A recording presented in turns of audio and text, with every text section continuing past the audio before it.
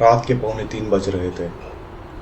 ये वो समय होता है जब रात सबसे गहरी होती है और कहा जाता है कि इस वक्त जिंदों और मुर्दों के बीच की दीवार सबसे कमजोर हो जाती है। मैं एक दूसरे शहर से इंटरव्यू देकर लौट रहा था। मुझे नौकरी नहीं मिली थी।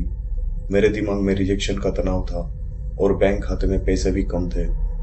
तो टोल बचाने के चक्कर में मैंने पुराना स्टेट हाईवे ले लिया था।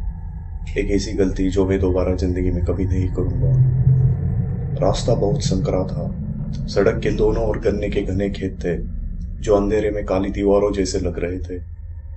वहां कोई स्ट्रीट लाइट भी नहीं थी, सिर्फ मेरी पुरानी गाड़ी की पीली हेडलाइट उस गहरे कोहरे को काट रही थी।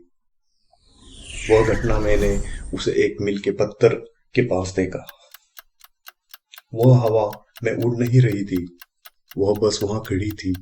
एक बूढ़ी औरत, कमर से झुकी हुई। उसने एक फीकी हरी साड़ी पहनी थी जो पूरी तरह गीली लग रही थी, जबकि बारिश बिल्कुल नहीं हो रही थी। जैसे ही मेरी गाड़ी की हेडलाइट उस पर पड़ी, उसने अपना हाथ उठाया। लिफ्ट मांगने के लिए नहीं, बल्कि उसने धीरे धीरे हाथ हिलाया जैसे मुझे अलविदा कर रही हो। मेरा दिल पसीनों में टकराने लग गया। गाड़ी मत रोकना, मैंने खुद से कहा था, बस चलते रहो। मैंने एक्सीलेटर दबा दिया। जैसे ही मैं उसके पास से गुजरा, मेरी नजर अपने आप रेयर व्यू पर गई।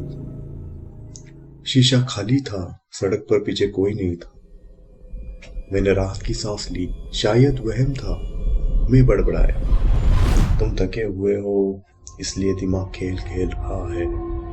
तभी मुझे वो आवाज सुनाई दी, ठक ठक ठक। यह आवाज पैसेंजर सीट वाली से खिड़की से आ रही थी। मैं जम गया। मेरी गाड़ी 60 की रफ्तार से चल रही थी। इतनी तेज गाड़ी की खिड़की को कोई कैसे खटखटा सकता है? मैंने देखने की हिम्मत नहीं की। मैंने अपनी नजरों के सामने सड़क पर घटा दी और एक्सीलेटर को जमीन तक दबा दिया। स्पीडोमीटर का कांटा ऊपर चढ़ने लगा। 70, 80, 90। फिर भी ठक ठक ठक। आवाज और तेज हो गई, जैसे कोई गुस्से में शीशा तोड़ना चाहता हो। गाड़ी के अंदर अचानक बर्फ जैसी ठंडक भर गई। मुझे कीचड़ की नहीं, बल्कि सड़े हुए फूलों और बासी पानी की बदबू आने लगी। न चाहते हुए भी मेरी नजर बाई ओर की खिड़की पर चली गई। वो वहां थी। वो दौड़ नहीं रही थी, वो 90 की रफ्तार पर चल रही थी, जो भी हवा में उड़ रही थी। उसका चेहरा शीशे से चिपका हुआ था। उसकी चमड़ी ग्रे रंग की थी और गीली थी, लेकिन सबसे भयानक उसकी आंखें थी, गहरी काली और खोखली।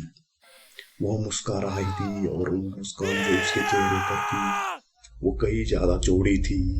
उसने अपने काले ओठों को हिलाया और बिना आवाज के एक शब्द बोला, रुको।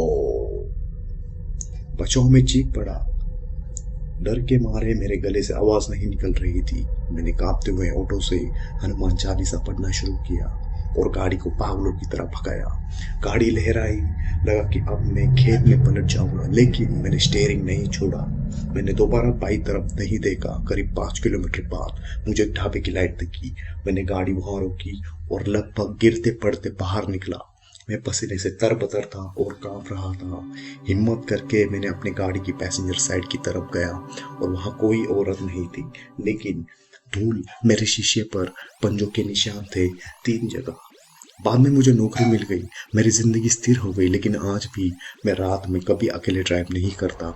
ये कभी कभी जब सन्नाटा बहुत ज्यादा होता है, मुझे आज भी वो आवाज सुनाई देती है, ठक ठक ठक।